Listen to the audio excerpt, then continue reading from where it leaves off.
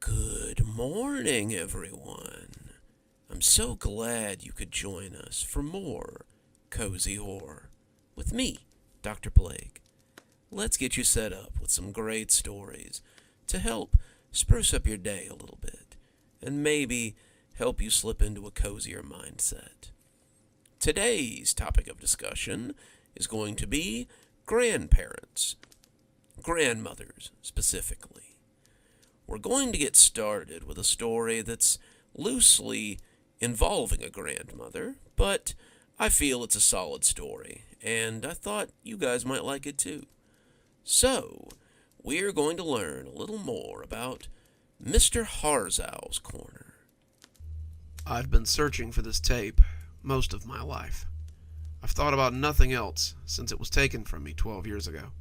As I sit in my grandmother's bedroom, holding the familiar red plastic in my hands, I feel a sense of inner peace.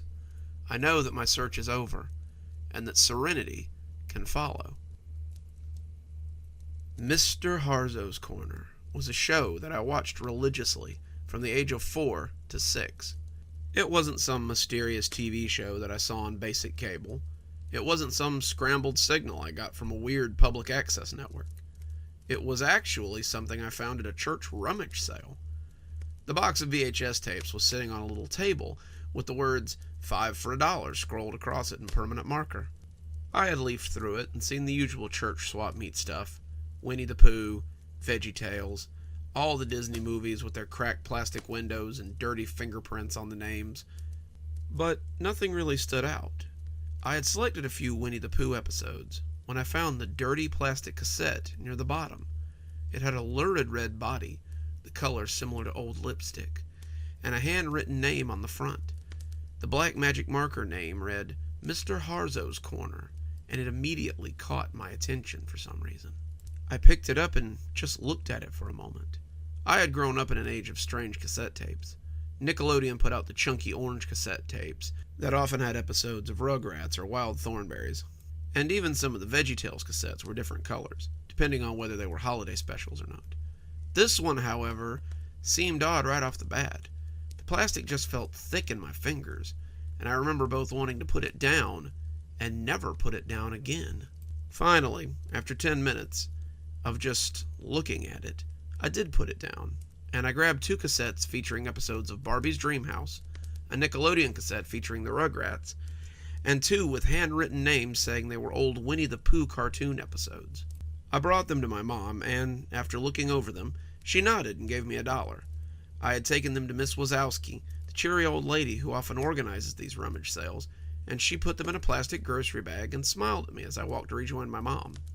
It wasn't until I got home that I realized there was a 6th tape in that bag, though. I had just turned on the VCR TV combo in my room when I realized there was an unfamiliar, yet very familiar red cassette tape at the bottom of the bag that had definitely not been there when I'd checked out.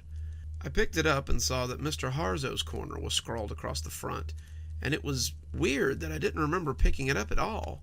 Instead of putting it back, I put it in the VCR and watched as the static began to clear on the screen.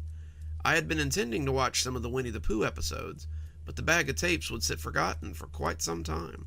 Mr. Harzow's Corner would be the only thing I really cared about for the foreseeable future. The show appeared to be nothing special. It was clearly a Mr. Rogers knockoff, but the Mr. Harzow character was strange, yet endearing. He looked normal enough, a slight blonde guy, taller than your average kids show host, with a corduroy jacket and a pair of battered jeans that covered the tops of his Reebok sneakers. The camera showed him coming into a normal living room, again very reminiscent of Mr. Rogers, and then greeting everyone with a big smile and a waving hand. "Good afternoon, boys and girls. And of course, a very special afternoon to children of all ages. Welcome to Mr. Harzow's Corner. Know that I am glad to see you, and that I am always here, just for you."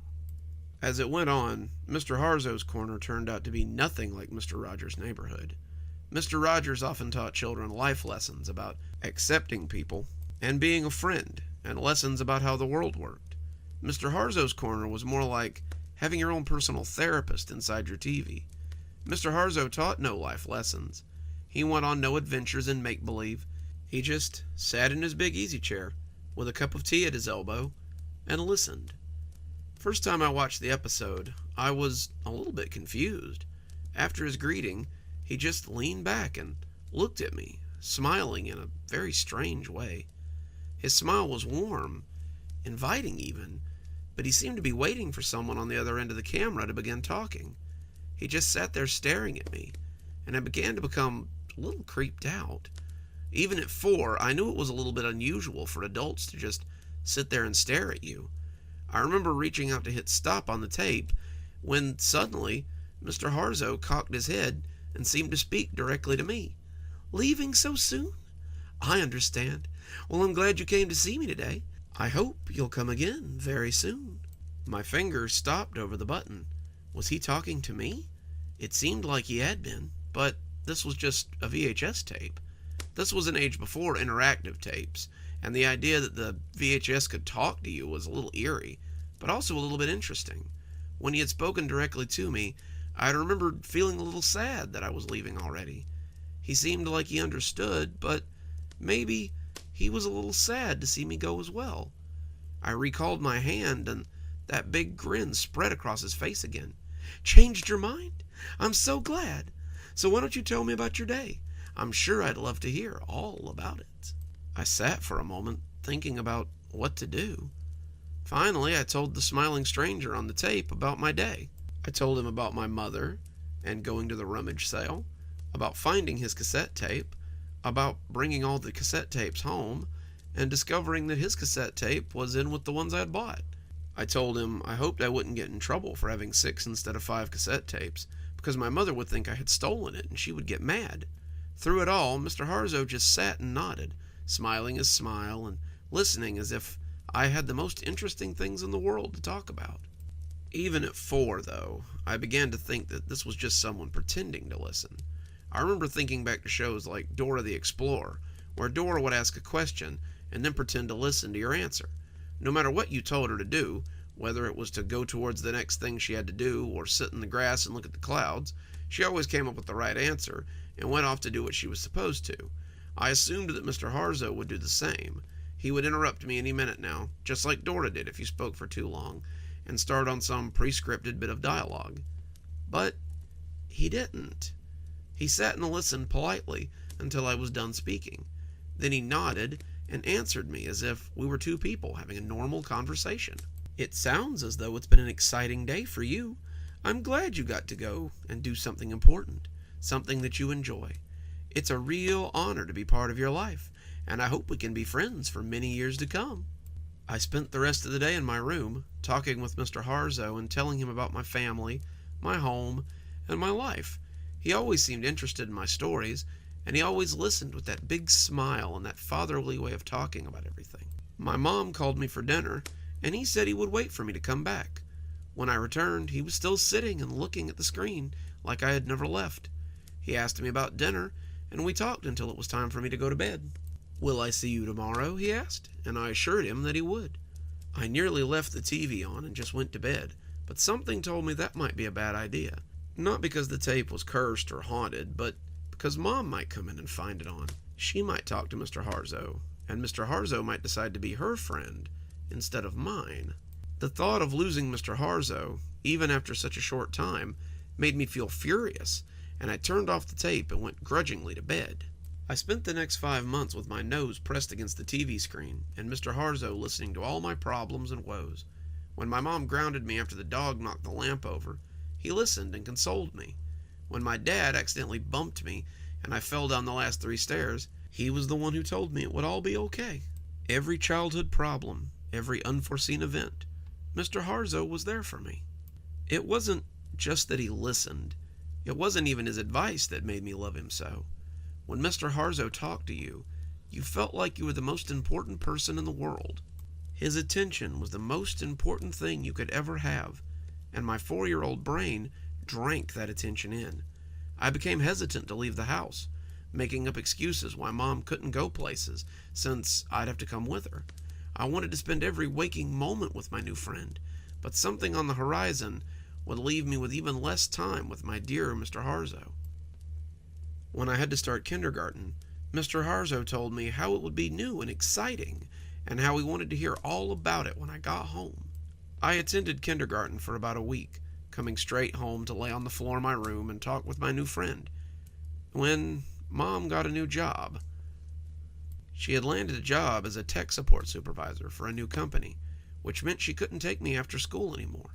Dad worked in a prison, so he was almost always at work. It began to look like I might have to go into after-school care. I was understandably upset about this, because it would limit the already slim time I had to chat with Mr. Harzo. Fortunately, there was an alternative. My grandmother agreed to take me after school. My grandmother lived alone, my grandfather having died before I was born, and I think she was excited about watching me. Grandma had been very sad since my grandfather's passing, and it had turned her into a quiet shell of her former self. My mom always talked about what an outspoken and vivacious woman my grandmother had been when she was younger, and now it seemed like I might get to meet this new grandma. As bad as it sounds, I wasn't really all that interested in any of it, though. I simply wanted a place with a VHS player so I could watch my tape. At first, that was all we did, too. Grandma would pick me up from school, asking how my day had been, and asking what I might like to do once we got home, and I would tell her that I wanted to watch my tapes in the den. She would offer to bake cookies with me, or maybe take me to the park, but I was fully invested in the silky voice of Mr. Harzo. I would come in and lay my book bag down, and go sit in the den for hours as I talked quietly to my good friend about everything and anything. He smiled when I told him about my grandma, and said it was nice that I was keeping her company. Grandmothers are such a valuable resource of knowledge, and the fact that you have such a good relationship with yours is truly special. I agreed, but I was still very guarded about the tape. I would often turn it off when Grandma brought me snacks, or asked if I was interested in going outside. I didn't want her to see Mr. Harzo, and I think I was still afraid that she would take him away from me if she saw him. She would want him to be her friend, and then I would be unable to see him, since he would want to spend all his time with her. Mr. Harzo never said as much. All of his advice was placidly given to the TV after he had sat and listened to me. But I knew that if I coveted this tape, then others might as well.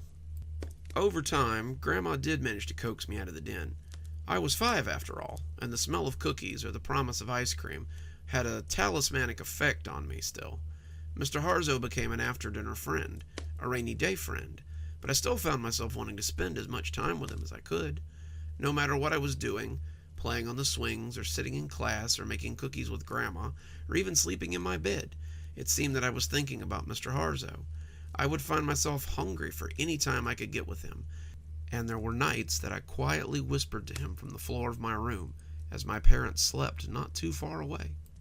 It didn't come to a head until I got careless at Grandma's house one day.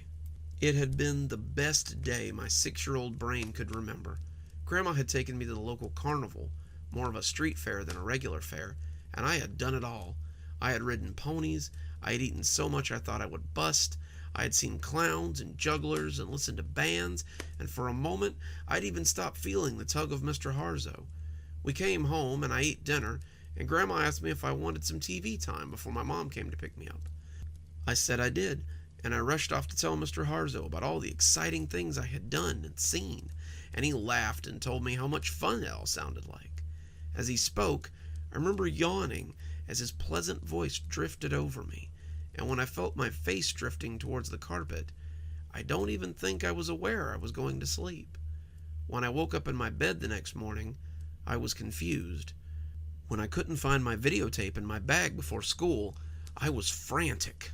I thought about it the whole way to school, and decided that I must have left it at Grandma's house. I had fallen asleep in front of the little TV in the guest room, and so the tape must still be there.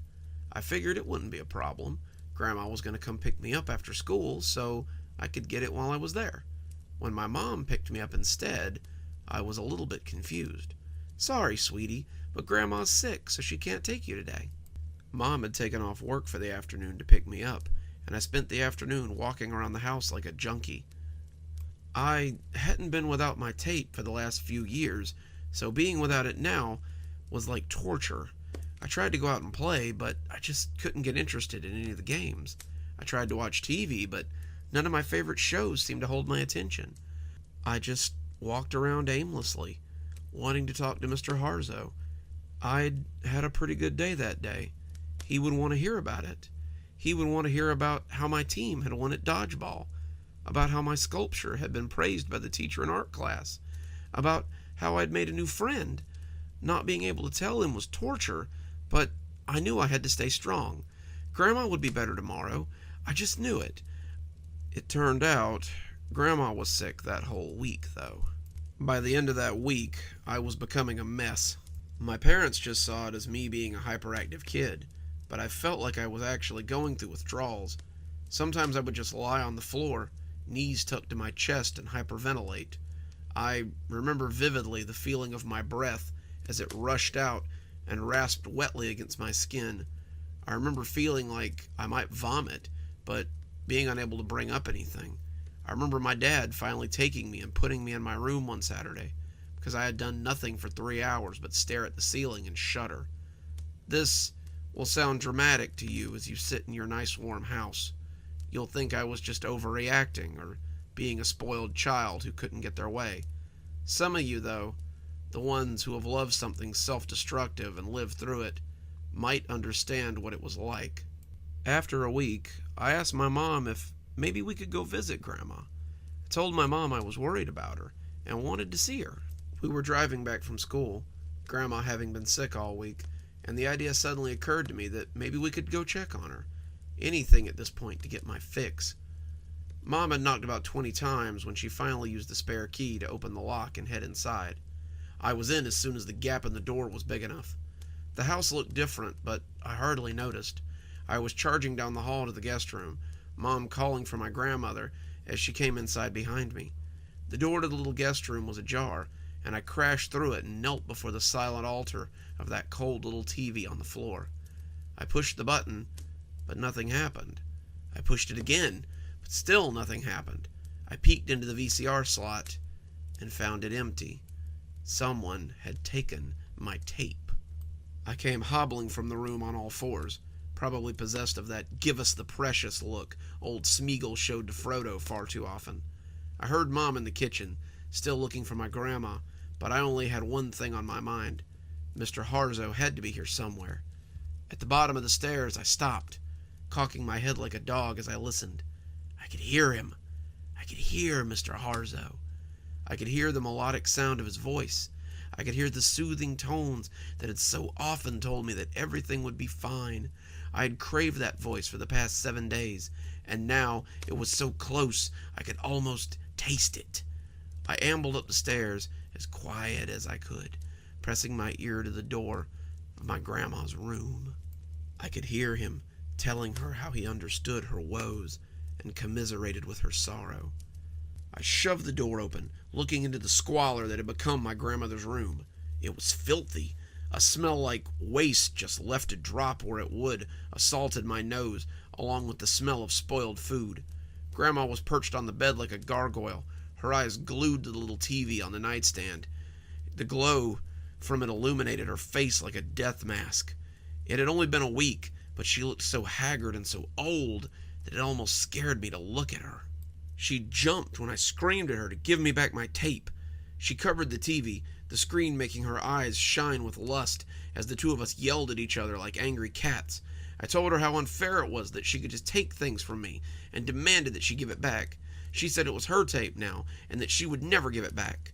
In the background, I could also hear the consoling voice of Mr. Harzo as he told us to both find a compromise and that fighting was never the answer. I could hear Mom downstairs, her feet pounding up the hardwood, the sound of us fighting having galvanized her. Mom walked in just as Grandma dealt me a vicious slap across the cheek, rocking my head to the side and sending me sprawling to the floor. I can remember the two of them shouting at each other as easily as I can remember my favorite television show. They never came to blows, but it was very close a few times. Mom wanted to know just what the hell was going on. Grandma kept shrieking that she wanted us out, all the while clutching her murky television set. She said we were not welcome here anymore. She said she never wanted to see us again. She said that she would call the police if we didn't leave immediately. All the while, I could hear Mr. Harzo whispering for her not to do such a thing, for her to work out her problems, to reconcile with her loved ones. Far from making her see reason, Hearing her voice only seemed to harden her resolve. Hearing his voice only made me want to bask in the glow of that murky television set all the more. Finally, we left, my mother weeping openly as she dragged me kicking and screaming down the stairs. That was the last time I heard his voice. For 12 years. You would say that after 12 years I might have forgotten about Mr. Harzo. You might think that after 12 years I would have surely moved on with my life. You might assume that I would find other hobbies and interests besides talking to a man that lives inside a VHS tape. You would be wrong. Dead wrong. When it became apparent that I couldn't get the tape back, I started searching. This was the early days of the internet, and I started furiously pursuing information online about similar tapes or similar programs. I didn't find much. There were a handful of people who were clearly just playing around, a few others who were trying to use the tape, and my obvious desire for it, to lure me into something terrible. Neither of these bothered me much, but the others showed me something I didn't want to see. Becky and Steven were two users I spoke to on a forum who believed they had actually come into contact with Mr. Harzo. Both had the kind of conversations with me that smack addicts likely had with each other. They spoke of their time with him lovingly, their words painting a picture of almost worshipful need. Becky said she had spent 10 years with Mr. Harzo before her mother had taken her television and thrown it out. She locked Becky in her room, and Becky had been forced to watch the truck come and take the TV, VHS and all away forever. Steven had a similar story, but his tape had been destroyed in a fire when his house had burned to the ground. That was 2 years ago when I found them, and I had no idea how much they would affect my search. About a year after meeting Steven, he stopped talking altogether. Becky and I assumed that something must have happened to him. He had been teetering lately, rolling in the memories of his time with Mr. Harzo, like a dog rolling in a smell it likes, and he had been talking about self-harm a lot. When he didn't sign on for about a week, Becky and I assumed he had finally had enough of dwelling on something that he couldn't have. His last message read, "I'll be with him soon." Becky, on the other hand, saw an opportunity that I never would have foreseen. She had been asking a lot of very loaded questions about where I lived, and more importantly, where my grandmother lived. You see, Grandma was still alive, even after 12 years of living under Mr. Harzo's watchful eye. No one had seen her, no one had heard from her, and she just sort of lived off her retirement and her slowly deteriorating house. I had walked by a few times, trying to find a way inside while she was away, but she never left. Her groceries were delivered, her mail spilled from her box, and she simply existed inside her crumbling tomb. I saw what Becky was after, and refused to tell her where she could find my tape. Becky, it seems, was more resourceful than I had thought, though. About a week ago, Mom got a call that Grandma had died. The police told us that someone had broken into her house, probably thinking it was abandoned, and found her in her bedroom. The two had fought, and despite her age, Grandma had strangled them to death. Her heart, however, wasn't quite as strong as her hands, and she had died with her fingers pressed into the flesh of the intruder. The intruder had been identified as Rebecca Smythe, a resident of California, who seemed to have driven 800 miles just to break into my grandmother's house. It seemed that my internet friend had finally pinpointed where my grandmother lived, and it had been the end of her. The night after the funeral, I made my move. I broke a window around back, we no longer had a key to the house, and made my way through the unfamiliar squalor. The house was a wreck, junk and garbage piled everywhere, and when I finally found the stairs, I breathed a sigh of relief. They were sagging, the wood groaning as I walked up them, but they were still intact, and my prize was within reach. The TV was on the nightstand, its soft glow illuminating the bed where Grandma had breathed her last. The tape sat in the murky light, like a red invitation, or a jolly splash of blood. I've been holding it, feeling its red plastic in my fingers for nearly an hour, as I contemplate whether or not to slide it in. It's not a question of whether I will or not. I have missed Mr. Harzo desperately for the last 12 years, but I wanted to take down this story before I give my life back to him. You may think this is his fault somehow, but I cannot blame him for what has happened. He told my grandma on that long ago day to reconcile with us. He never told me to hurt anyone. He never told me to be unkind to anyone. I think that's why people seek him. When Mr. Harzo speaks, you feel as though he speaks only for you. He accepts you, no matter what, and that kind of power is intoxicating. The TV accepted the tape in just the same way it always had, and now he's smiling at me and welcoming me back as an old friend. I think I'll go speak with my old friend for a while. I think I'll go speak with him for the rest of my life.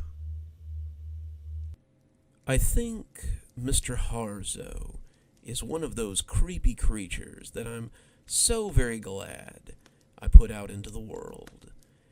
Videotape monsters are one of my favorites, and it's something I always look forward to in a good creepypasta. Moving right along, we learn a little bit more about a certain overbearing grandmother who has a little more than milk and cookies on the menu for her unfortunate grandchild. So let's learn a little more about Grandmom's love. I don't know if anyone's going to read this. I don't even know if anyone will care. But I have to tell somebody. It's too much to process right now, and maybe if I get some of it off my chest, it will make it easier to handle. I'm getting ready to go into the unknown, and I feel like someone needs to know why. Someone needs to know how it came to all this, and how I came to be a potential murderer/avenging angel. Above all else, I need to tell someone about Charlie. I'd known Charlie since we were in grade school together. Charlie thought of us as brothers, since he didn't have any of his own, and loved us like family. Despite that, never think we were the most important people in Charlie's life. No, the most important person in Charlie's life was his grandmother. Charlie's grandmother, he'd always called her Grandmom, was the one who raised Charlie since the day he was born. Charlie's mother died in childbirth, and his father died before he was even born, so without a guardian, that just left Charlie and his grandmom. Grandmom and Charlie. Charlie's grandmom lived out in the country, in an old wooden farmhouse with a big backyard and acres of fields for growing things. She rented the land to sharecroppers and must have done pretty well for herself, because Charlie couldn't recall a time she'd ever had to work. Charlie didn't have any other family, none that he'd ever met anyway, and for the first 8 years of his life it was just the two of them alone in that farmhouse. Charlie said he remembered being sick a lot as a kid, and most of his earlier memories were he and his grandmom on the couch while she nursed him back to health from one illness or another. Grandmom would sit at home with him while he convalesced, watching Sesame Street and eating whatever grandmom could whip up in the kitchen. Most days, Charlie would just spend the whole day on her lap while she rocked him and hummed strange little Russian songs to him. Grandmom wasn't originally from here, you see. She had emigrated during the Second Great War, and she and his grandfather had moved out to the country because it reminded her of her childhood home.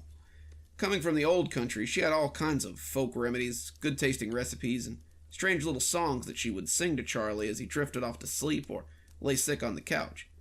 One in particular that Charlie recalled fondly had become a ritual of sorts, a ritual that goes on to this day, I assume, that took on the normalcy of time and repetition. She would take him on her lap, pull his face close to hers, and place her hands on his cheeks as she put their foreheads together. Charlie recalled the bumpy, veiny skin there beneath his smooth baby skin as she did this, and the warmth that always seemed to radiate from her.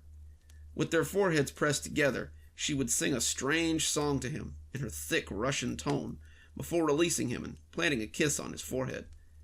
"What does it mean, Grandmom?" Charlie would always ask, and the asking was as much a part of the ritual as the ritual itself. "It means," she would say in her warm, gravelly voice, "always together, even when apart, always a part of me, here in my heart." Charlie had never thought it was odd that he lived in relative isolation with his grandmother, not until he started school. His grandmom had tried to homeschool him for a few years, but her teaching wasn't up to the state standards, so she had grudgingly allowed Charlie to attend public school. Here Charlie came into contact with other children, and first learned how strange his situation was. In class, we would do assignments or draw pictures of our family, and Charlie's was always the smallest when put up on the bulletin board with the rest. Charlie began to wonder why he didn't have any uncles or aunts or cousins, or any family besides Grandmom. When he asked her, though, she always shrugged and gave him the same answer. "Your grandfather and I had the one child. Your father was not a strong boy. He was sick, often like you are, and we were afraid to have another. By the time he was old enough to over his sickness, your grandfather was dead, and it was only me and your father." That made Charlie feel a little better. His father had been like him in that sense, sickly and alone with his grandmom, so it couldn't be that strange. That didn't stop the other kids from teasing him, though. I remember Charlie when he first arrived at school, and the other kids had him pegged as an oddball from the get-go. Going to school in the early 90s, it was all about how cool you were, how many cool things you had on your clothes. Charlie showed up the first day of school looking like the boy from the hot chocolate box my mom always bought. He wore suspenders and stockings, knee boots, and shirts with weird fringes on them. He stuck out like a sore thumb. This, mixed with his funny way of talking and his stunted knowledge base, made the other kids think he was slow and kind of a dweeb. He came in for quite a bit of ridicule, and I recall it was a hard couple of days before my friends and I got involved. This is where I come into Charlie's story, I guess. I had never taken part in the teasing, and over time I began to feel bad for him. I pushed some of my friends to invite him to play with us, and we were surprised to find not a dumb kid, but an imaginative kid, who joined in our games eagerly. His grandmom, had taught him a little Russian, which we thought was just the coolest, and we gave him some of our old clothes to wear so he didn't stand out quite so much. Together, we played G.I. Joes or superheroes or whatever the game of the day happened to be, and outside of play, we helped Charlie stand up for himself and make the bullies stop. As we got older, Charlie stayed at our place a lot, and we really helped him come out of his shell and adapt to life outside of Grandmom's house. We were friends with Charlie all the way through high school, and after high school, we all thought we might get an apartment together. Zach, Tristan, Charlie, and I, so we could attend college together. Charlie was hesitant. He didn't want to leave his poor old grandmom alone in the middle of the woods. So when he turned up at the house a few days later with a scant few possessions, I was pretty surprised. He had 2 plastic bags of clothes, a zipper bag of toiletries. After some coaxing, he told me he and his grandmom had had a really nasty fight. This surprised me, because I'd never heard of Charlie's grandmom ever raising her voice to him in all the time I'd known him. And he seemed just as shocked about the outburst as we were. She had refused to give him any of his stuff, except what he'd brought with him, and told him not to expect her to send him money or anything else. If he moved out now, he was on his own. You could tell how upset he was, poor guy, and we helped him out as best we could. He ended up sleeping on my couch until his first Pell check came in, and after that, he just kind of made do. I had expected that would be the end of his closeness with his grandmom, but I couldn't have been more wrong. After a few weeks of silence, she went back to calling him every day, and to our astonishment, he made plans to have dinner with her and help her with her shopping. She would send him money sometimes, and he would go over several days a week to eat dinner or lunch, and slowly things began to return to normal. She still wouldn't let him take any of his stuff out of her house, but he got some new stuff, and by the time his first semester was done, he had everything that he needed. Things went on in this way for about 3 years, at least until last Wednesday. Charlie and I had just got back from class when he got a call from his grandmom. His face fell as they talked, and you could tell that Charlie was barely holding back tears. She hadn't been doing well for several years, nearly from the time Charlie moved out, and I personally thought it was a guilt trip to keep her grandson close to home, though I'd never say as much to Charlie. He talked to her for a few minutes and then immediately went to his room and packed an overnight bag. He told me to tell his counselor that he had a family emergency and needed to go home to be with his grandmother. When I asked him what was going on, he told me that she was dying and she wanted him to stay with her until she passed. I commiserated with him and told him to give her my best and to stay in contact so we knew when he'd be back. That was a week ago, and it was the last time anyone has ever seen or heard from Charlie. His car is gone, his things are gone from his room, and Charlie has disappeared without a trace. I drove the hour to his grandmother's house, hoping to find some clues when I got there, only to be greeted by a stranger when the door opened. She was a tall, dark-haired woman with lank hair and a swollen, pregnant belly, and she was no one I had ever seen before. Yeah, hell, Charlie and his grandmom were the only 2 people I'd ever seen at the house before now. She claimed to be a distant relative that had inherited the house from Charlie's grandmother when she died. She didn't seem to speak English very well, and was completely unsure as to who Charlie was or where he had gone to. We quickly lost patience with each other, and she yelled at me to leave before she called the authorities. I seethed all the way home, but I couldn't get any answers out of her. I got my answers last night. It was around 2 a.m. in the morning when something woke me up from a deep sleep. My legs were full of pins and felt like someone was sitting on them. I rolled over, thinking one of my roommates had wandered in drunk, only to find Charlie sitting on my bed. Even in the dim light, I could tell something was wrong. Charlie looked bad. Withered somehow, like a grape that gets left in the crisper drawer for too long. Or a corpse after it's dried out in a grave. He spoke to me, his voice a rattling rasp in my ears, and told me that something had happened. He'd gone to be with his grandmom. He found her on her deathbed, and she'd reached for him with her withered arms when he'd come in. He'd slumped, weeping by her bedside, and she'd reached out with her wrinkled hands and touched his face. He looked at her, and she had asked him to put his forehead against hers, so she could say the words one last time. She was my grandmom, and I loved her. How could I deny her anything? He said, his voice racked with pain. So he let her draw his face to hers, and she said the old familiar words as she always had. Always together, even when apart. Always a part of me, here in my heart. But when she kissed him on the forehead, his lips already starting to ask what it meant, he felt something strange. It was like she was taking everything from me. My breath, my blood, my bones, my seed, and all with that single kiss on my forehead. As she had taken all of it from him, he had crumpled up into a dried husk as she changed before his eyes. Her hair darkened, her skin tightened, her eyes sparkled, and he said that her belly had grown large even as her breasts grew heavy with milk. When she stood over him, she was 50 years younger, a girl of 20, and I realized that she was the woman who had opened the door for me. She stood over him, cackling at his desiccated form, and her face was devoid of the love that had always been there. Now you'll see why I have kept you close all these years. Now you'll see the fruit of my labor, just as your father did before you and your grandfather before him, she said, looking down at Charlie without pity or remorse. Why? He asked huskily, his voice dry as a desert. Why have you done this? Why? This is the state that befalls all your line. Males for centuries and centuries. Males from the first of your name to crawl upon this earth. He told me I was ugly. He spat on my love, and he promised me that I would never have him. I promised him that I would have all of his line, bear them and break them. So I have from that time on. Your son, she said, and gave her belly a little stroke, will be no different. And as she stood cackling over him, Charlie died and passed into the void that waits beyond. He told me all of this as I sat huddled by the head of my bed, but promised me that she was wrong. She would have no more from his line. The cycle would end with his son. He told me some things he understood now, and called his grandmother a vedma, which is the Russian word for witch. He also called her a strigoi, but he hopes he's wrong about that. A mortal man may kill a vedma, if he is very lucky, he told me, but a strigoi is another matter entirely.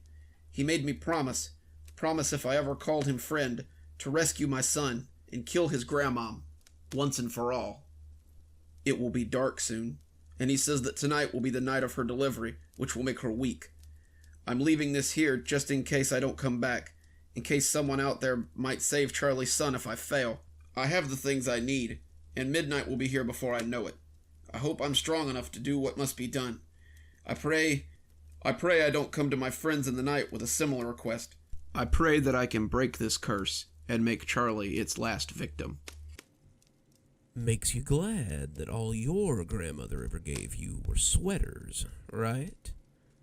Moving right along, we've got a story about a grandmother who's experienced probably about the most god-awful thing that anyone can. Let's hear a story about how Grandma spoke today. My grandmother has been catatonic for the last 5 years. On the night that Grandpa died, her neighbors called the police to come check on her. They said she was screaming loud enough to be heard 3 houses down, and when the paramedics arrived, she had ruptured something in her throat. Grandpa was dead in the bed they shared, a heart attack, and they zipped Grandpa into that black bag that would take him to the morgue. They carried Grandma out on a stretcher, however. After that, she wouldn't speak, wouldn't move. She just laid in bed and stared at the ceiling of her room in Shady Lane Nursing Home. My grandma, always a strong lady, is fed mechanically, She wears a diaper that an orderly has to change. The physical exercise she gets comes in the form of a physical therapist moving her legs for her as she stays in bed. If she leaves the room, it's because Denise or Reggie, the only two orderlies that seem to give a crap about the residents, lift her into her wheelchair and take her outside, or maybe to use the resource center, which is really just a fancy word for the TV room. I begin my story in this way, so you'll know how weird today's events were. I'm a 35-year-old father of two. I've been married since I was 27 to the love of my life. I thought that after 8 years of marriage and raising kids, nothing could get to me like it did today.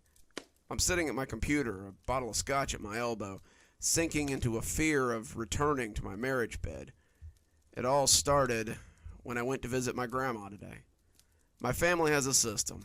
My mom and dad go visit grandma on Monday. I visit on Wednesday. My little sister Lisa goes on Friday. And we all go to visit on Sunday after church. My wife doesn't go every time, but she comes with me sometimes. She's known Grandma since we were 17, and she remembers her before her current condition. She wasn't particularly close with my grandparents, but I think she likes to be there for me. My grandma and I have always been close. I love my grandma, and I don't want to waste the time I might have left with her. Whether she knows I'm there or not, it's the thought that counts, and I owe her that much. I went on my lunch break today to see her. Reggie was there when I came in. He gave me a big smile as he finished fussing with her pillows. "It always warms my heart to see you and your sister coming to visit the old girl," he said. He let me know her vitals, told me about the doctor's visit she'd had last week, and then he said he'd leave us to our visit. Just me and Grandma. I took out my lunch and made some one-sided small talk as I ate. I had read somewhere that coma patients are aware that someone is talking to them, and in some cases, it sometimes helps them come out of it. Grandma wasn't really in a coma. No one really knew what was going on with her, but I like to think that maybe one day she'd come out of it and thank me for all the lovely visits. She'd say that it was my voice that had kept her going all those years. I'm pretty sure my sister just played on her phone the whole time she was there, and I'd feel like I'd helped Grandma in some way, while she was going through some troubled times. Be careful what you wish for, I guess. I was just telling Grandma about a client I had helped at work when she suddenly inhaled sharply and exhaled in a rattling, skeletal way. I paused, my hand still holding hers as it always did, and was about to get Reggie. Suddenly, the hand tightened spasmodically, and she made another of those rattling breaths, her eyes rolling wildly. She was like a frightened horse looking for an escape, and though it was the middle of the day, I felt a cold chill run through me as she shuddered and gasped in pure terror. "His hands, the hands of the dead," she breathed out. I pushed back suddenly, letting go of her clenching hand. "Grandma, are you? Oh, listen to me. I don't have much time, Bug." She was awake.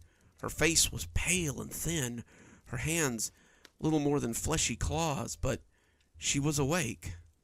She was looking at me in that way that people look at fire exits in infernos, and as I tried to get up, she reached out again and took my hand in her cold, damp embrace. I wanted to get Reggie. Reggie would know what to do, but the naked want on her face held me in place. I knew I wasn't going anywhere. She'd called me Bug. That had always been her nickname for me, and when she said it, I realized how much I had wanted to hear her say it again. "Please, Bug, I need to tell you what he said. You need to know." She was frantic, almost pleading, and my knees sent me down without thinking. This is what she told me. They had been in bed together when it had happened. They were both at that advanced age where laying together was just that. The two were in bed, sleeping, just being with each other, when Granddad had suddenly woken her up. His arms had been around her, her back against his front. I knew from familiarity that this was how they'd slept since they'd been married since they were 17. The position was natural as sleep itself to them. His shuddering had woken her up. His hands were grasping at me. His fingers were together like a pair of mittens, and he was opening and closing like a slow, painful machine. His mouth was against my ear, and his breath was raspy and panting. He sounded like he'd been running, and as he bucked around, I knew he was having another heart attack.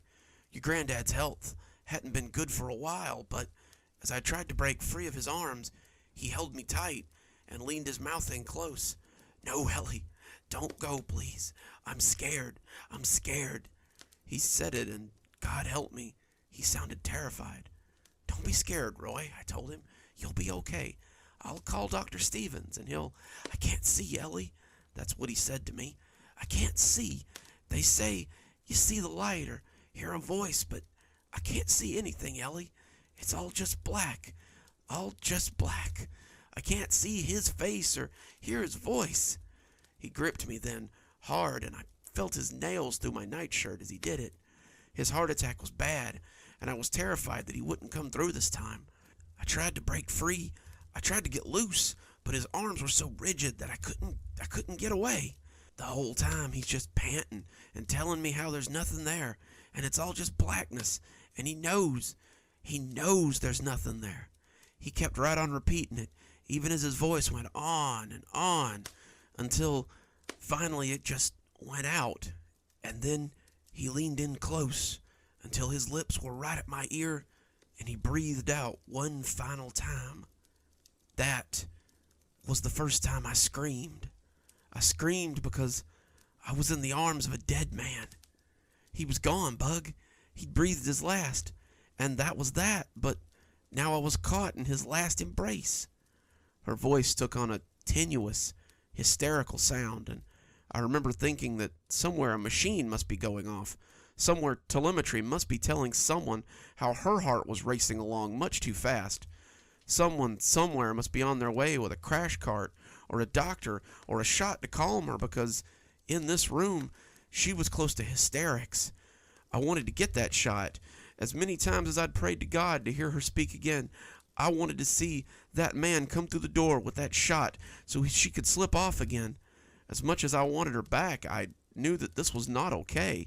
At that moment, I just wanted her catatonic again. I wanted this jittery, hysterical creature out of pain. I pulled at his hand, those long hands that would take mine sometimes, and they were hard as stone. They locked in death, and now I could not separate them. His weight was a stone around me, and I was afraid, Bug. I was afraid that I'd never get loose, that they'd find us both dead right there, him of a heart attack, and me of just plain old starvation.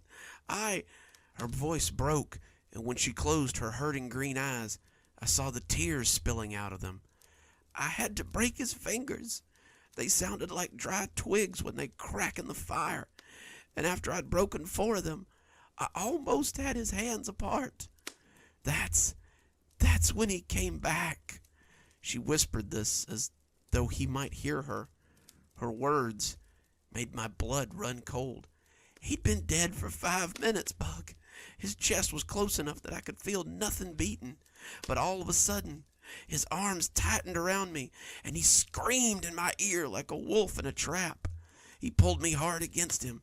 I felt my ribs trying to break, and all of a sudden, he was bucking and thrashing like the devil himself had a hold on him. It burns, Ellie," he just kept screaming and screaming into my ear. And when I finally thrust his hands apart, I rolled out of bed and got as far as I could. That's where they found me. They found me in the corner. They found me screaming. I don't know what was burning him, but I saw his last few minutes before he went out again. He writhed, he screamed, and he died in agony. What kind of place could make a man scream like that? I thought to myself, I don't ever want to go to that place. What kind of place could it be? What kind of place? What kind of place? What kind of place?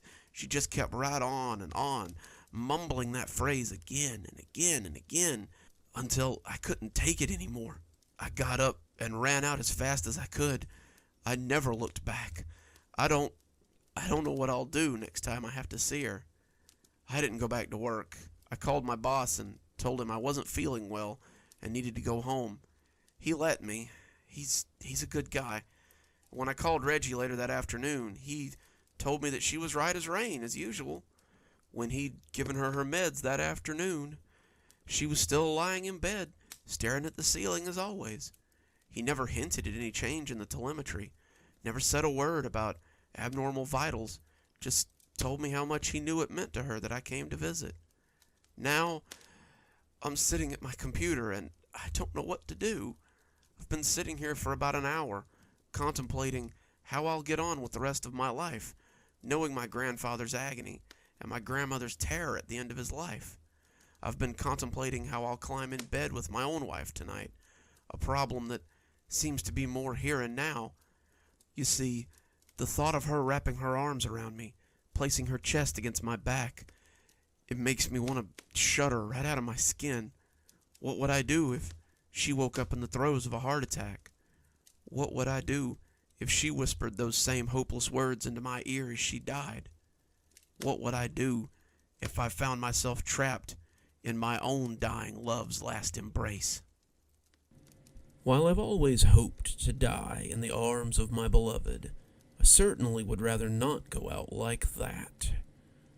Moving right along, we have a tale of a grandmother who experienced something in her youth that haunts her to this very day. So let's hear about how Grandma saw a dead man. Grandma and I have been roommates for about a year now. That probably sounds pretty weird for a 23-year-old girl to say, but I have to say it's been a pretty great arrangement.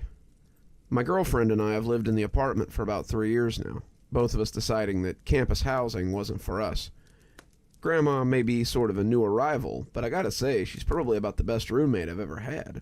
She cooks, she cleans, doing so despite Regina and I telling her that we don't expect her to, and our laundry always seems to find its way into the closet once the hamper is full. She was one of those hippie types who missed the 60s and is incredibly chill. I don't know many other grandmothers who like to sit on the back porch at night with us and have a beer and smoke a bowl. She doesn't judge me for what most people over 50 would consider an unnatural relationship either, which means the world to Regina and I.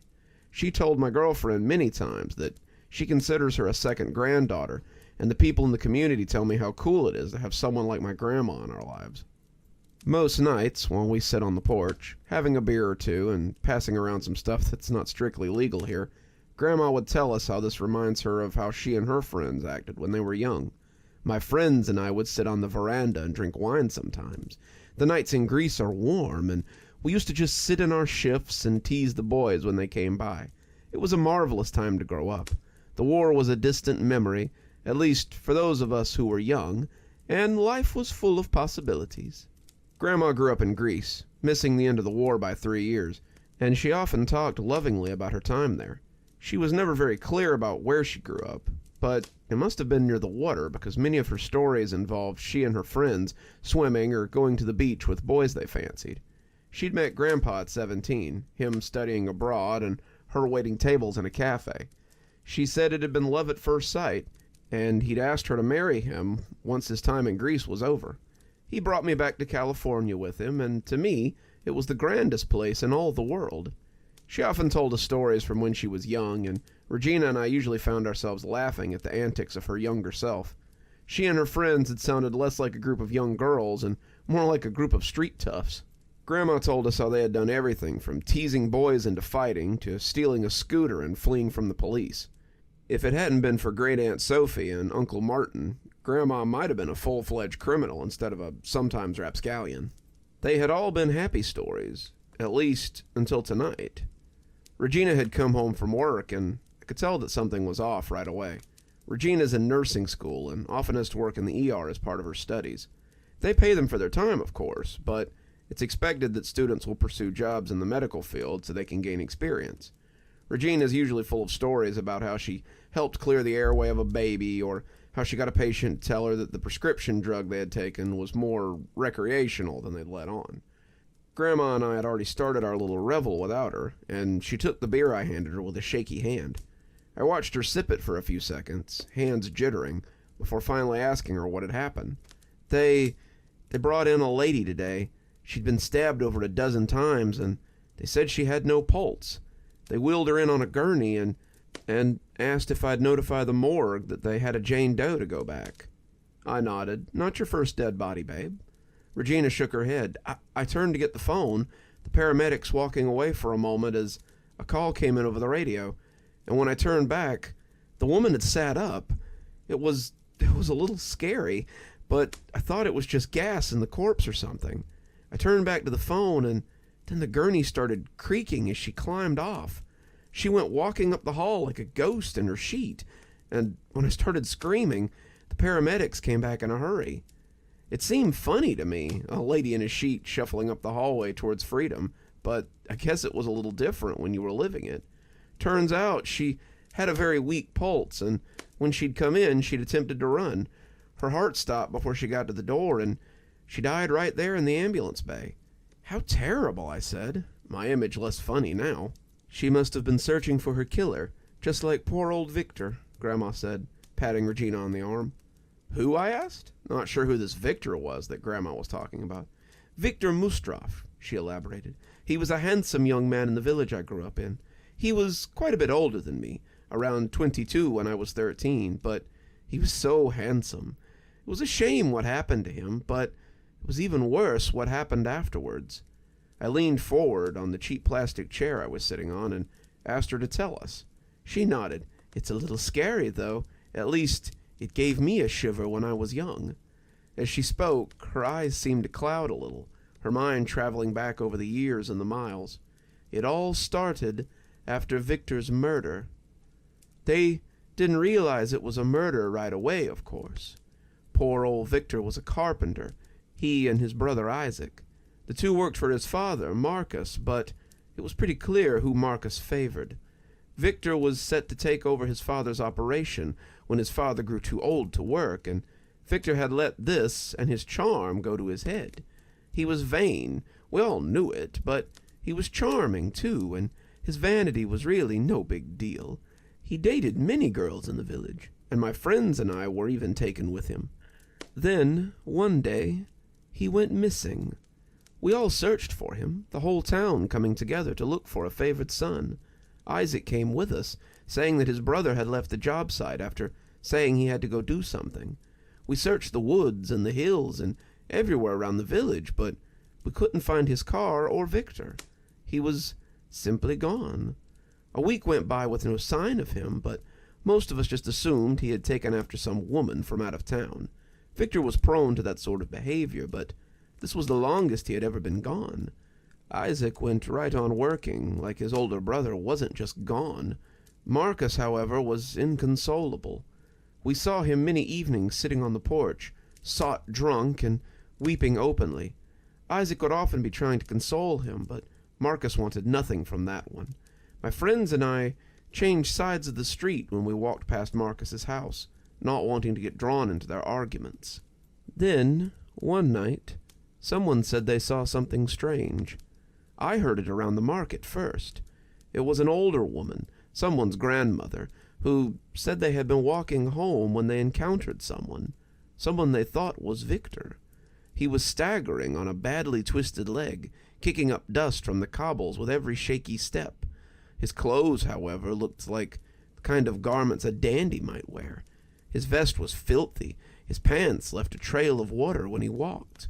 I called his name, thinking he might have been in an accident, and when he turned around, I thought for certain I would faint. The hair was wet and lank, the curtains seeming to spin in slow motion, and then I could see the weeping crater that was his face. He had no eyes, no nose, no mouth, and the holes where they had been did little but gurgle and wheeze. I screamed, turning away in my fright to clutch the edge of the fountain, and when I looked back, it was gone. I scoffed at her story as the other old ladies clutched their rosaries and told her she was lucky to be alive. Old women often made things up like this, I thought in my youthful wisdom, and went back to shopping. It was likely just some beggar or a scarred-up vagrant. I told my friends about it that night as we sat smoking on my mother's veranda, and we all laughed at how silly she had been. When Julia saw him that night on her way home, it changed our outlook a bit. Julia was supposed to spend the night, but she ran home after dark to get something. She was gone for a little while, longer than I had thought she would be, and when she came back, she was out of breath and sweating, close to hyperventilating. It took us quite a while to calm her down, but finally she told us that she had seen the man from the old woman's story. It was Just like she said, she gasped, her face fearful as she recalled it. I was going home to get my records, and when I came to the plaza near the fountain, I heard a weird dragging sound. He came out of an alley, and I turned to see his smushed face looking straight at me. I ran as fast as I could, but it seemed that no matter where I went, he was limping close by. Finally, I hid in the market until he shambled away, but I was terrified that he would find me. We consoled her, trying to keep her quiet so that she didn't disturb my parents with such talk, and eventually she went to sleep as her fear began to ebb. The strange, shambling man was all anyone could talk about in the coming days. People saw him walking through the streets, shambling along as though looking for someone. He would always be gone whenever a group came to see him, but the longer it lasted, the more people started traveling in groups. There was a lot of speculation about who it was and what they were after, and some people thought it might be Victor. Chief among them was Miss Tera, a woman believed to be a Strega. She claimed that Victor was seeking his killer and wanted to find his body so that they could use cruentation to find him. She had conducted things like this before, offering to help the police if they would let her display the body, but she had been turned down many times. Cruentation was something old that she believed in, and it seemed to associate guilt with the blood coming from a dead body when the murderer touched it. No one really believed in it anymore. It was an ancient practice. And besides, how would you collect everyone up to touch the body? Our town was home to hundreds, and collecting them all would be quite an effort. Most people rolled their eyes at Miss Tera, but I think a lot of them secretly believed that the shambling specter was Victor. When it broke into Marcus's house and scared him half to death, many more people thought it might also be Victor. A few people whispered in the market the next day that the spirit had come after Marcus, and there were some rumblings about checking if he was the murderer. Miss Tera had started offering money to anyone who could find Victor's body. Some young men had started roving the streets at night to see if they could follow the specter back to his place of rest, but it seemed to avoid them as easily as it avoided the constables that hunted for it. This went on for several weeks, and it was very exciting times. People sat and made up wild rumors about the stranger and what it wanted, and my friends and I were no exception. Then one night it all came to an end. I remember being woken up by someone screaming. Our house wasn't too far from Isaac's house, and when I went to my window I could see the corpse as it carried him through the streets. It had him by the front of his shirt, Isaac beating at him as it carried him towards the plaza where he had first been seen. Others were looking out their windows, watching the grim procession as it made its way through the streets. Despite the horror, many of us put on our robes and shoes and ran to see where the shade was taking poor Isaac. As he came into the plaza, it was hard for the crowd to ignore the blood that was oozing from him, his pores excreting this thick and tarish juice. Miss Tera, standing amongst the crowd by then, didn't have to tell them what that meant. Isaac had already begun confessing his sin again and again for all to hear. Upon hearing him confess, it was as though the shade folded in on itself. He collapsed, dropping Isaac and laying dead on the cobbles of the plaza. The constables arrested him immediately, and I watched him beg for forgiveness as they hung him 3 months later. His lawyer drug out the proceedings, claiming that evidence provided by a corpse was not the modern justice that he was about, but the number of people who had heard him confess in the plaza was inarguable. Isaac himself pled guilty, despite his lawyer pleading for him to be silent, and he refused to leave jail until he was led to the gallows. I heard he told people that Victor's shade visited his window every night, and he was afraid to leave the jail, fearing it might come after him. 100 people saw Victor's corpse bleed that night, 100 or more at least, and they all lived in fear of the shade for nearly a month. That was thankfully the only time I saw a corpse walk. Regina and I looked at each other, both of us trying to see if the other really believed her. As I lay here now, Regina snoring thinly beside me, I can say that, whether I believe or not, it's a story that'll follow me for quite some time. One more story for you, and I think I've got a good one to go out on. It's a story about a family legacy held tightly to by one particular grandmother that may prove to be difficult for the grandchild she's left behind.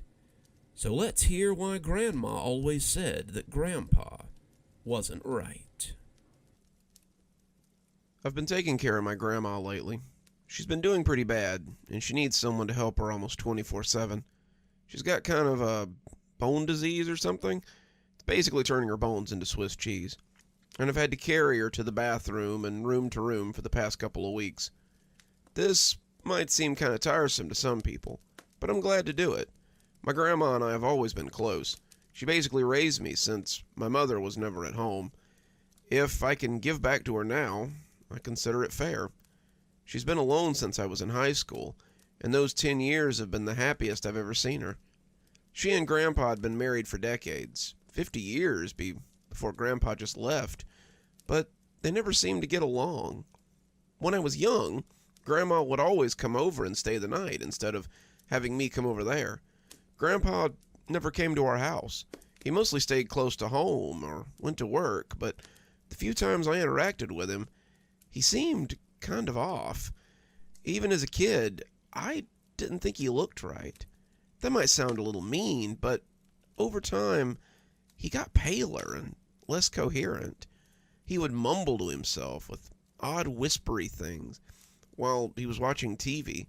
Grandma usually kept him in the bedroom with the TV on and the lights off. He disappeared suddenly when I was in the 9th grade, and it had been almost as much of a relief to me as for Grandma. So last week, when I slid her into bed and told her I was going grocery shopping the next day, so, she better get some sleep, she shook her head and looked away. "I doubt I will. I think this might be my last night in this bed." "Why, you lie in my bed? I'll swap you, but yours is a lot more comfortable than the one I'm in." "No, son," she cut me off, her voice thready and weak. "I think tonight might be the night I pass on." My eyes got a little big. "Do I need to call Miss Sam? If you think you're going to pass, then I should get the nurse out here, too." "I don't want them out here. You've been good to me, boy. I just want you here with me at the end. Besides, I need to tell you something. I need to confess my sins before I take them to heaven with me." "I mean, I can call Pastor Ferris over if you need to talk to someone about matters spiritual." "No, not Bobby Harris either. I want to confess to you. It's family business, and once I confess it to you, it'll be your burden to carry after I'm gone." I hesitated, thinking that I might not want this secret as I looked at Grandma's face. I had seen that face smile more than anything else, but the look she had now reminded me of something else I'd seen when I was young. It was something I hadn't noticed until I looked back through the lens of time, but Grandma had always seemed a little nervous whenever she stayed at our house. I caught her more than once checking the doors and windows, looking through the living room curtains as if expecting to see someone there. It always made me think that she was scared of someone. It was a look that always made me think a stranger was trying to get in so they could take me away. The truth, it seemed, was darker than that, though. I took a seat on the bed, willing to listen, as little as I wanted to. "I'm here, Grandma. If you need to tell me something, then I'll listen." She nodded, looking out the window in her bedroom like someone might be there. "Your granddad didn't disappear," she said, wetting her lips with her wrinkled tongue. "I killed him." That was a shock, and my face must have said as much. She smiled, without much mirth. "Didn't think your old grandma was capable of something like that, huh?" "No, it's just surprising. You guys lived together for decades. I'm not sure why you would choose 10 years ago to..." It wasn't the first time," she said, her voice as thin as a spider web. "I killed your grandpa for the first time in 1973. 10 years ago was just the last time I had to kill him." I was confused, and I said as much. but Grandma only nodded. Your grandpa, your real grandpa, died in 1972, but he didn't stay dead. She laid it all out, something that took us nearly into the next day, but she never stopped looking out the window as she spoke. I realize now she was looking for Grandpa. When the call came, I was pregnant with your mother. Your grandpa had avoided the draft by attending college and had managed to avoid it again with a waiver from the government. He was an engineer working on bridges and sewer systems in D.C., and I was looking forward to having him home for a few weeks. He had promised to come home before the baby was born, and he was excited to meet his daughter. We had wanted children for years, and when we talked, you could hear the tears on the verge of coming out whenever he talked about our future. The phone call that day, however, seemed to be the end of that dream. They said he'd been killed in a car accident, and that it had been very quick. He had been driving to a job site when someone had run a red light and slammed into the driver's side door. They said he died instantly, hadn't suffered a bit, and I suppose that should have been a mercy. They wanted to bury him in the Capitol, but I was adamant that he be buried here. I wanted his daughter to see him, to know her father, but I couldn't have known how much she would know of him. A week later, before his body was even home, I heard someone in the kitchen late one night. Grandma's voice got low, the husk making my skin crawl as she stared through the little window into the past. I must have looked aside as I came out with the baseball bat, but he never saw me coming. It was a man in military fatigues, eating a sandwich and sitting at my table like he owned the place.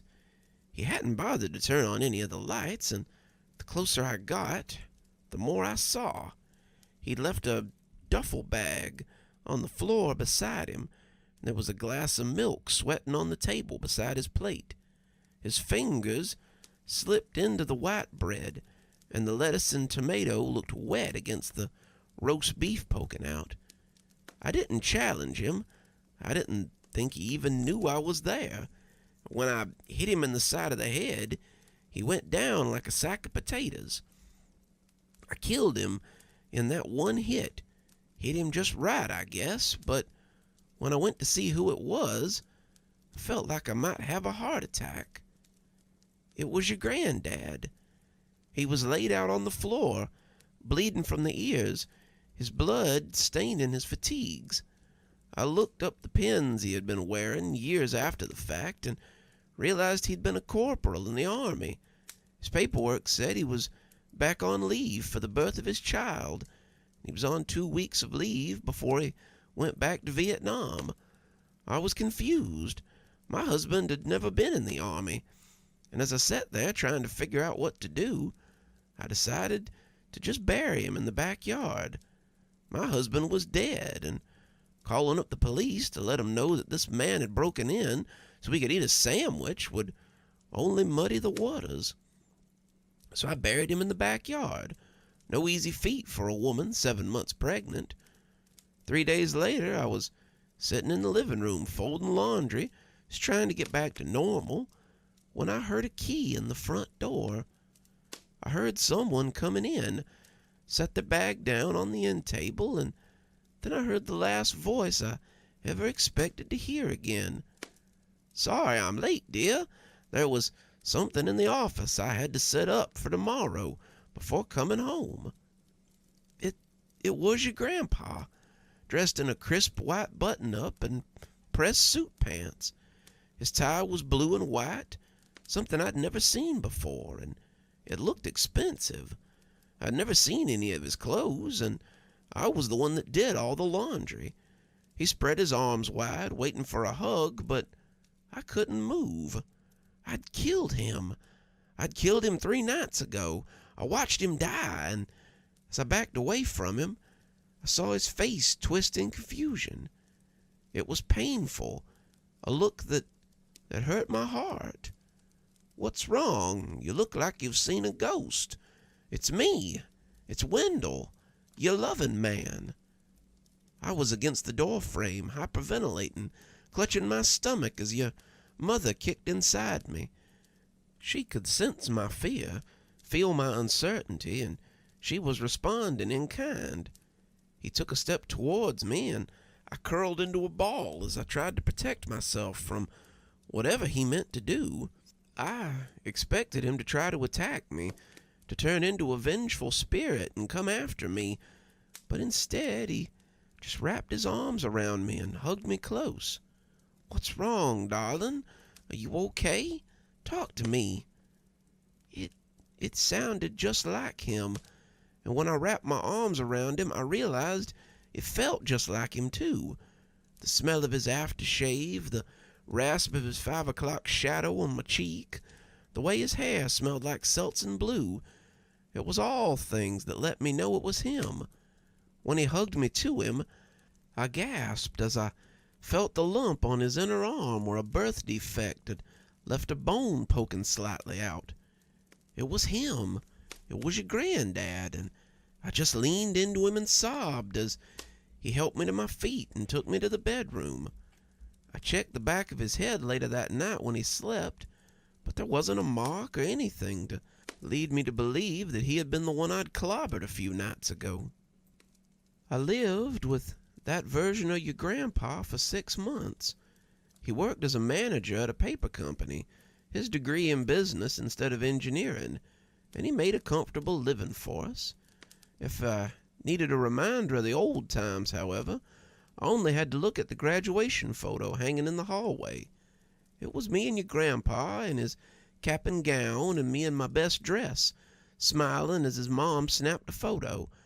I caught him looking at the picture sometimes, trying to rationalize it, before finally moving away to do whatever he'd been heading out to do. He was there for the birth of your mother, and I settled into a life of maternal bliss after that.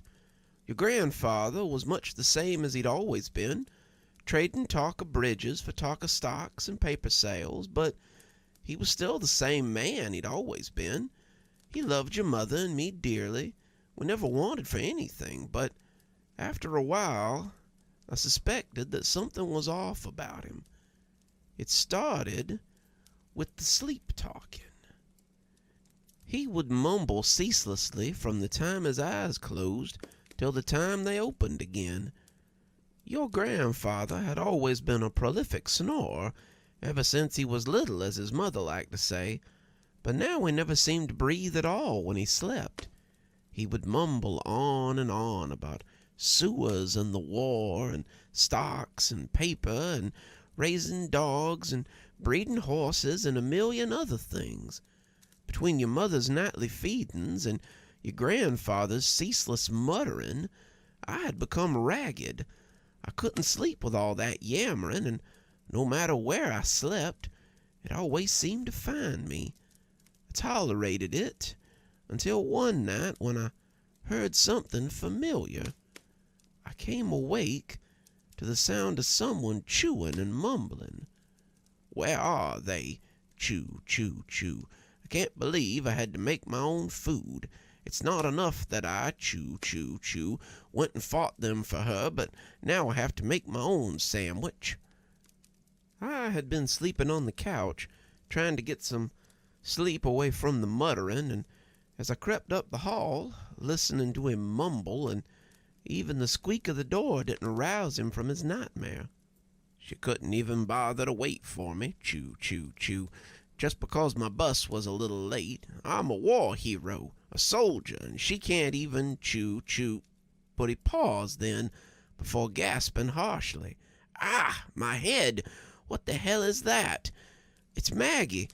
Oh God, she's killed me! She's killed me! She's bashed my head in with a bat! I'm dead on the floor, dead right by my kitchen table. My blood's going everywhere. She's killed me. She—" The pillow was over his face before I could stop myself. I was just so ragged, so mentally fried, that I knew he would tattle on me. He'd wake up and tell the police, and they'd find the body, and he'd be here alone with your mother, and who knew what would happen then? He wasn't her father, couldn't be her father, and he might hurt her or kill her, or...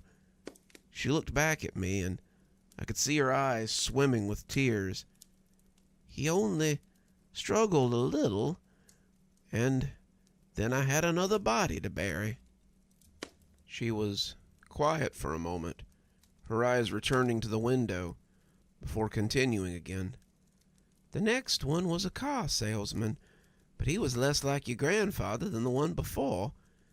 I read something about how if you photocopy a photocopy, the quality degrades until it's almost unrecognizable. That's how this was. The next one sounded less like your grandfather than that, was paler than him, and seemed to get lost sometimes. I lived with this one for 2 years until he suddenly wandered into traffic outside our house. I told the police that this one was a cousin of my late husband, and that was why he looked so similar. The one after that bred horses, and when one of them threw him, I buried him at the edge of the range where he worked and went home expecting to find another one. I was becoming pretty good at losing husbands by then, and when the next one showed up, I hit him with a frying pan and left him in the backyard with the others. By the time your mother came home from school, there was a new one in the living room, reading the paper. Over the years, I'm ashamed to say I've experimented on how durable they are. I pushed one off the roof after asking him to fix something for me.